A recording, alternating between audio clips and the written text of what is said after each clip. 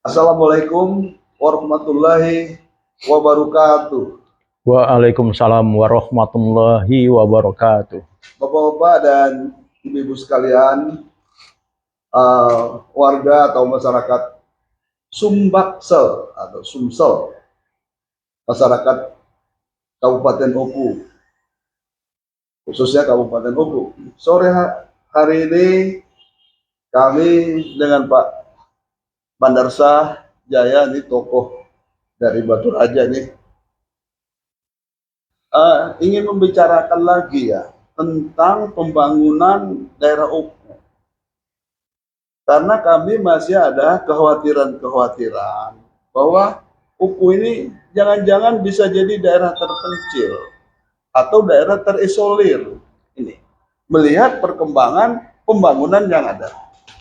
Nah, Pak Bandar, ya, Pak Bandarsah, ya, ini ada beberapa hal yang harus kita diskusikan ini Pak Bandar. Antara lain yang pertama ini supaya orang mengenal kita ya. Dulu mengapa ini Pak Bandar dan teman-teman ya akhirnya punya ide untuk mendirikan Ormas Peduli Oku. Nah, silakan Pak Bandar. Bagaimana ini latar belakang Pak, ada pemikiran untuk itu? Terima kasih Pak Edi Kusuma atas kesempatan ini. Ya, kita kembali semangat untuk peduli Oku nih. Ya, karena kita memang aslinya orang Oku, orang Ogan, lahir di Ogan, tinggal di Oku dulu kan. Ya, karena ya kita bersyukur kita punya nasib baik, kita merantau ke Jakarta. Ya, alhamdulillah ya selesai sekolah, kuliah, kita langsung bekerja di Jakarta. Nah, setelah kita tinggal di Jakarta ini, ya kita ada perkumpulan di Jakarta ini. Ada perkumpulan dengan kawan-kawan, akhirnya kita sendah gurau dan ngobrol-ngobrol gitu kan. Bagaimana dengan kota kita, Batu Raja atau Oku, tempat kelahiran kita. Nah, setelah kami amati, Oku itu dibandingkan kabupaten-kabupaten yang ada di Sumatera Selatan, ya sekarang ini ya kadang-kadang kita sedih juga ya kalau kita pulang. Kalau kita pulang begitu lepas dari Lampung, mau masuk ke Sumsel, itu beda sekali dengan Lampung. Mulai dari jalannya. Jalan ini penuh dengan lubang, mana sempit lagi, sampai ke Batu Raja. Begitu juga sampai di Batu Raja ya, mau ke Ogan dulu, yang terus ke Muara Enim, Tanjung Enim, jalannya begitu juga, rusak, sempit, bahkan di situ jalannya kan rata-rata di pinggir sungai, di pinggir kali. Nah itu jalan itu sudah terjal semua itu. Itu ada di dekat kampung saya itu, kemarin saya pulang tuh, wah itu jalannya sudah longsor ke pinggir sungai gitu kan. Ya makanya itu ya kami dengan kawan-kawan akhirnya termasuk Pak Edi sendiri ya hasil rembukan kita ya bagaimana kita bentuk forum masyarakat peduli Oku. Artinya kita agar kita ya memperhatikan peduli dengan kampung halaman kita, dengan sanak dulur kita yang ada tinggal di kampung di Ogan Komering Ulu. Ya, Pak Bandar, mulia sekali ya. Apa yang dipikirkan oleh teman-teman Ormas Peduli Oku. Nah, akhir-akhir ini saya juga dengar dan baca dari BPS, Badan Pusat Statistik Indonesia, mengatakan bahwa daerah Provinsi Sumatera Selatan itu masuk dalam kategori 10 daerah termiskin, provinsi termiskin di Indonesia. Nah ini sangat mengkhawatirkan Pak Bandar. Bagaimana ini Pak Bandar kok bisa terjadi begitu? Nah ini mungkin ini Pak Edi ini, mungkin bukan hanya saya, termasuk Pak Edi, termasuk kawan-kawan yang lain mungkin ya. Mungkin setengah protes juga mungkin, setengah heran juga mungkin ya. Kenapa Sumsel bisa termasuk provinsi yang termiskin gitu ya. Di 10 ranking gitu kan. Padahal Sumsel itu ya kalau pandangan kami ya, mulai dari kami masih tinggal di Batu Raja, di Oku, itu hasil-hasil dari tambang itu, tambang gas ada. Sumber dari tambang minyak, ya terkenal dulu kan di Sumsel kan, tambang minyak Prabu Mulih, ya, Dempo, terus tambang batu bara, terus karet, sawit, kopi, bahkan termasuk pertanian lainnya seperti padi, bahkan duren gitu, duku, gitu kan. Luar biasa kalau hasil-hasil dari ya Sumatera Selatan itu kan. Nah, kok bisa masuk jadi ranking 10 termiskin itu, ya kami heran juga tuh. Kenapa? Ya kami ya mungkin kita telusuri dulu data dari Biro Statistik dari mana mereka dapat itu, Pak Edi. Ya, Pak Wandar ya. Ini sebagai contoh aja dulu, Pak Wandar. Itu ada salah satu kabupaten, Kabupaten Muara Enim. Itu di Tanjung Enim ada tambang batu bara terbesar di Indonesia. Iya, iya. Itu ditambang sejak zaman Belanda sampai sekarang menjadi daerah penghasil batu bara terbesar di Indonesia ini, bukan di Sumsel, di Indonesia. Tapi hasil tambang itu kelihatannya ya tidak ada pengaruhnya terhadap perkembangan dan pembangunan. Jangankan Sumsel, terhadap Tanjung Enim maupun Muara Enim aja tidak. Kok bisa begini ini? Jadinya, bagaimana pandangan Pak Wandar? Ya mungkin inilah, ini mungkin ya pemerintah ya artinya pemerintah yang ada di daerah kabupaten tersebut ya. Ya mestinya ya terus terang saja ini. Saya waktu kecil, ya mungkin kita semua waktu kecil ada namanya pelajaran ilmu pengetahuan umum gitu kan. Kalau kalau ditanya di mana tambang batu bara yang terbesar di Indonesia, ya Tanjung Enim. Ya sama juga kalau dulu ada juga pertanyaan di mana tambang garam gitu kan, itu adanya di Madura gitu. Nah sama seperti ini, tapi ya dampak atau ya kontribusi lah istilahnya kan dari tambang batu bara yang terbesar di Indonesia ini untuk Kabupaten Muara Enim, Tanjung Enim dan sekitarnya itu tidak kelihatan gitu untuk kesejahteraan daripada masyarakat di situ. Ya itu satu segi ya. Itu hanya contoh itu ya. Kalau kita lihat lagi yang lain, perkembangan infrastruktur itu di Sumatera ini sangat luar biasa. Ya kita sangat luar biasa, dari yang tidak ada menjadi ada, yaitu pembangunan jalan tol. Yaitu dari Bangkahuni, Lampung sampai ke Banda Aceh. Aceh. Tapi yang merisaukan kita di Kabupaten Oku ya, bahwa jalan tol itu tidak melewati Kabupaten Oku, tapi dia hanya seperti jalan lurus dari Lampung, Bangkahuni ke kota Palembang. Kalau kita lihat di situ hanya satu kabupaten yang dilewati oleh di Sumsel itu hanya satu kabupaten yang dilewati oleh tol itu. Tapi Oku tertinggal. Nah, dengan kejadian seperti ini kita khawatir apa? Jangan-jangan nanti Oku bisa jadi daerah terpencil atau daerah tertinggal karena ditinggalkan oleh pembangunan termasuk Trans Sumatera itu. Sedangkan Trans Sumatera yang melewati Kabupaten Oku itu kecil, tidak pernah dibangun, itu rusak itu. Nah, ini bagaimana pemikiran Pak Wandar, atau bagaimana suara-suara masyarakat yang selama ini sampai ke Pak Wandar? Ya ini ya setelah banyaknya pembangunan infrastruktur termasuk jalan-jalan ya yang dibangun oleh zamannya Bapak kita Presiden Pak Joko Widodo ini ya. Bahkan jalan tol itu sampai dari Jakarta sampai ke Banda Aceh. Tadi sudah disampaikan oleh Pak Edi, ya yang dilewati hanya satu kabupaten yaitu Ogan, Komering, Ilir, Kayu Agung. Nah, ini harapan kami, harapan dari masyarakat semua nih. Ya, termasuk sebagian masyarakat Lampung gitu ya. Nah, harapan masyarakat ya kiranya Bapak Presiden ya, Bapak anggota DPR, Bapak Menteri PUPR, Bapak Menteri Perhubungan, ini ada Bapak Mendagri, ada Bapak KKSP, Kepala Kantor Staf Presiden kan, Gubernur Sumatera Selatan, para bupati dan termasuk DPRD di kabupaten tersebut. Kiranya dapat menyampaikan ke Bapak Presiden tadi untuk ya dibangun juga ini daerah kita tuh jalan tol. Seperti jalan tol yang melalui Kabupaten Waikanan, langsung ke Oku Timur, terus Kabupaten Oku Selatan, ke Batu Raja Oku Induk, terus Tanjung Inim, Muara Inim. Bahkan itu bisa dari Waikanan dari Waikanan itu bisa langsung ke Kabupaten Liwah atau Krui. Nah, di situ bisa juga sudah mengarah ke kabupaten, ke kota Provinsi Bengkulu itu Pak Dedi.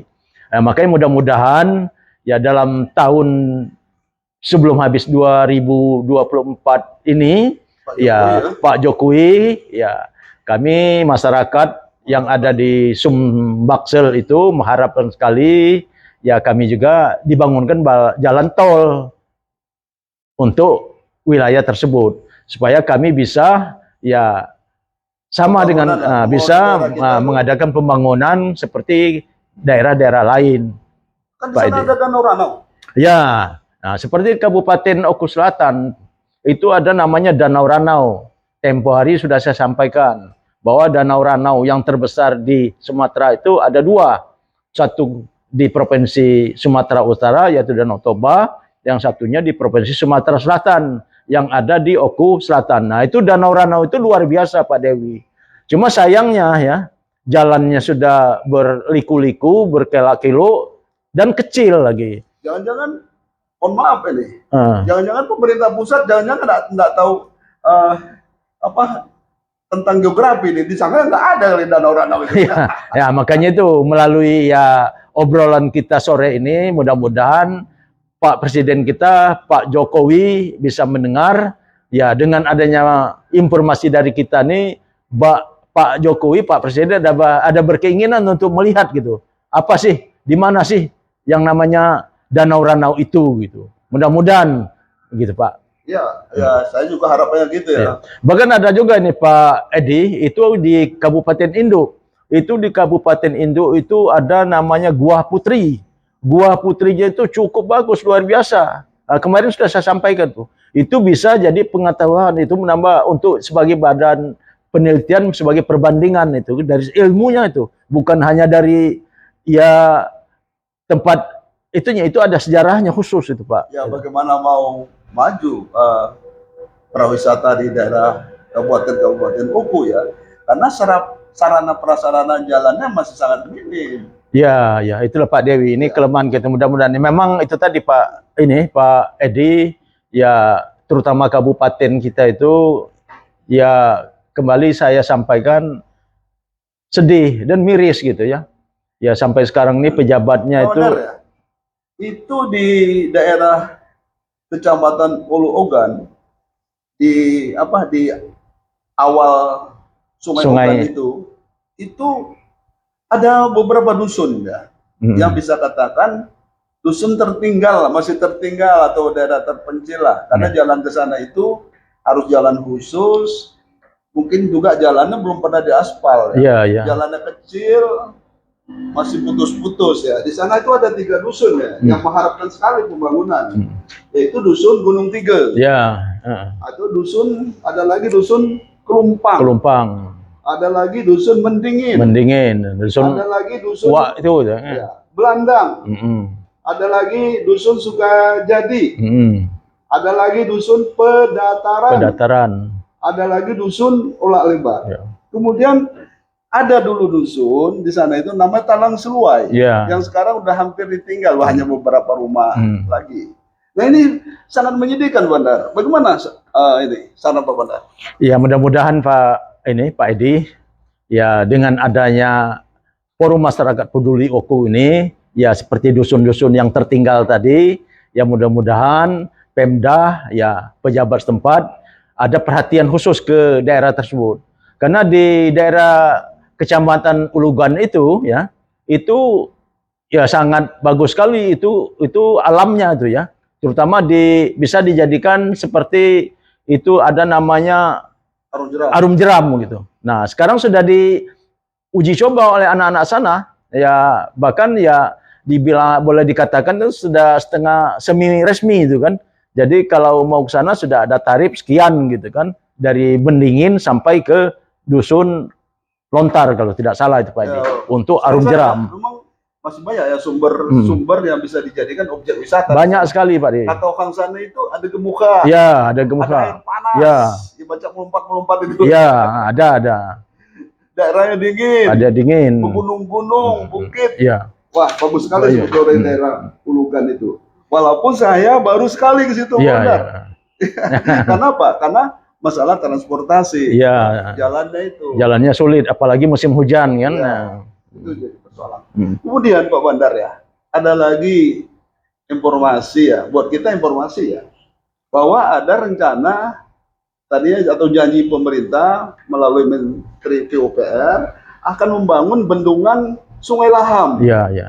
Itu, tapi masih informasi ya, belum Iya. jelas itu. Bagaimana itu informasi ini yang berkembang Pak Bandar? Nah ini Pak Edi, ya mudah-mudahan ini, ya ini ada orang kampung kita asli nih, kebetulan sedang menjabat. Itu ada Pak Komjen Haji Firly kan, sekarang Ketua KPK. Nah kebetulan Sungai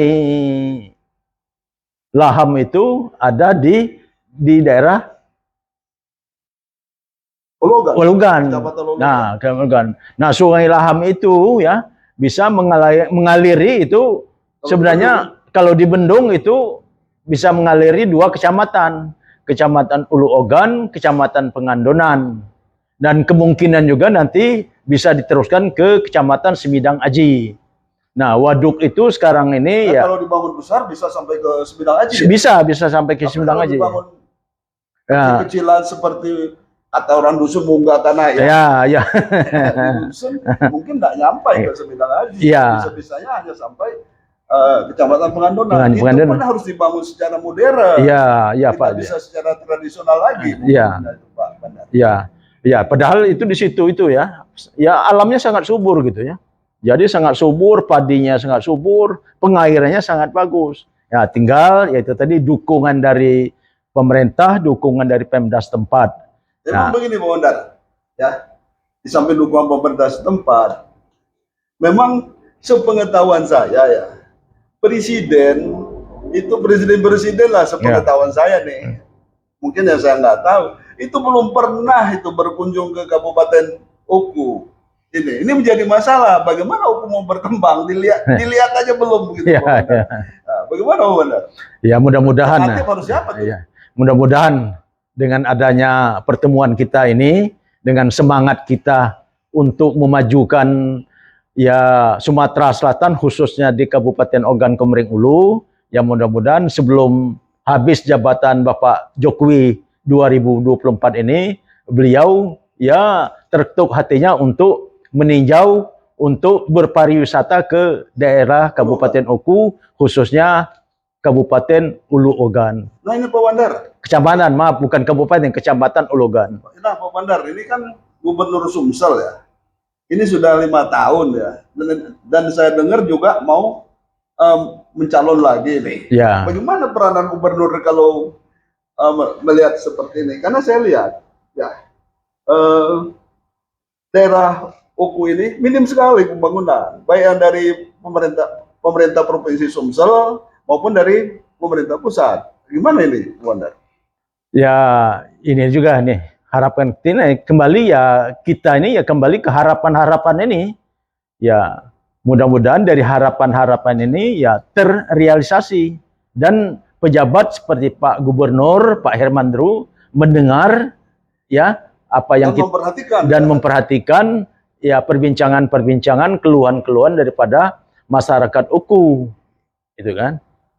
Ya, ini memang masyarakat Oku ini seperti saya sampaikan dari awal tadi, memang penuh harapan ya kepada pemerintah ya, dalam hal ini Bapak Presiden, anggota DPR, ya, Menteri PUPR, Menteri Perhubungan, Mendagri, KSP, ini, terutama ya gubernurnya, atau para bupati, anggota DPRD ya, kabupaten setempat ya. Ini kalau misalnya mendengar ya, mohon disampaikan ini sehingga apa informasi dari kita ini, harapan-harapan dari kita ini dari masyarakat Kabupaten Oku ini bisa sampai kepada Pak Presiden atau bisa menjadi pusat perhatian nanti pada Bapak Menteri PUPR. Nah, mungkin ini juga nggak terlepas dari peran pemerintah setempat. Iya, betul, betul. Baik itu pemerintah provinsi, pemerintah kabupaten, Betul. agar aktif dah Iya, betul. mengajukan usul atau menyampaikan apa-apa yang ada di daerah Provinsi Sumatera Selatan atau Kabupaten Oku itu hingga menjadi ini program pemerintah. Iya, Gitu. betul. Itu harapan kita mungkin. Iya, betul, betul Pak Edi, betul itu kan. Jadi ya kembali ya kami berharap ya, kalau kami ini Formas Oku ini kan sifatnya hanya memantau, memberi saran, mendukung ya kalau kita-kita ini kan. Yang punya peran, yang berperan di kabupaten di wilayah itu ya pejabatnya. Pejabat di situ ada bupatinya, ada anggota dewan DPRD-nya ada. Jadi ya mudah-mudahan pejabat di Oku itu punya peran aktif, ya bisa menanyakan ke gubernur, ke pusat. Nah kami ya terus terang kami mungkin siap. Misalnya dari kawan-kawan pejabat di daerah, tolong bagaimana? Ya kita antar, mau ke ngadap menteri mungkin dalam negeri, mungkin ke PUPR, mungkin ke Iya Pak Wandar ya. Udah banyak nih usulan kita. Tadi berbincang-bincang kita juga menyampaikan apa-apa yang disampaikan atau yang kita terima dari masyarakat Kabupaten Oku. Masukan informasi dan data-data dari Provinsi Sumsel, termasuk dari BPS ini menjadi perhatian kita. Dan mudah-mudahan apa yang kita bicarakan ini juga memancing memancing sehingga menjadi perhatian oleh bapak-bapak kita ya. Iya, betul. Pusat. Dan kami mohon Oku ini dibangun. Betul. Itu. Mungkin itu Pak Wanda. Iya. Ya, ini ya saya juga menghimbau ke kawan-kawan semua. Ya, kami juga ya mengharapkan ya kawan-kawan, mari kita bersatu, kompak, ya. Bagaimana Kabupaten Oku, Sumatera Selatan ini bisa maju, sejahtera, adil, makmur, gitu kan. Ya, terima kasih Bapak-bapak, Ibu-ibu sekalian. Sebelum saya tutup, saya Edi Kusuma Wijaya. Orang dusun Pangandaran ini. Kemudian ini Bapak Bandarsah, ini dari dusun Bandarsari aslinya. Tapi bisa dan sekolah di Bateraja. Ya. Terima kasih. Mudah-mudahan ini bermanfaat. Wassalamualaikum warahmatullahi wabarakatuh. Waalaikumsalam warahmatullahi wabarakatuh.